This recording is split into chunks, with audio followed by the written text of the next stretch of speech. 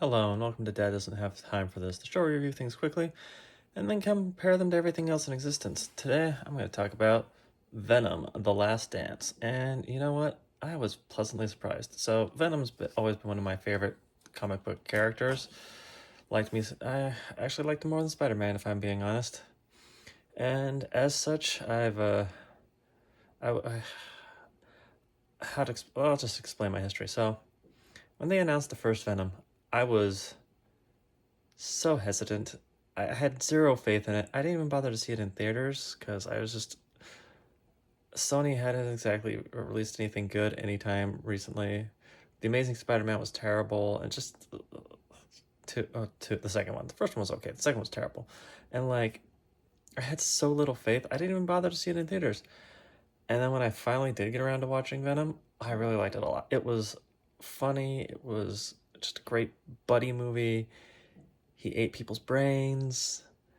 It was the action was good, the comedy was good. It was just a solid, fun movie. I really enjoyed the first Venom a lot, and I regretted not seeing it in theaters. So you know what I did as soon as they announced the second one? I was pumped. Went to see it like first week, and it was a huge letdown. Venom, Let There Be Carnage, which should have been the peak Venom movie, was just terrible. It was so poorly done. Like it still had a few moments that worked, but for the most part, it was just not a well done movie.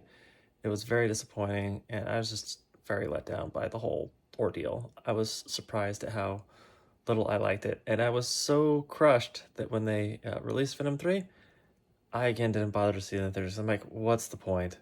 Why am I going to spend all this money, take all this time, and go see a movie that's a follow up to a mediocre movie? And so I didn't. And then I watched it last night, and you know what?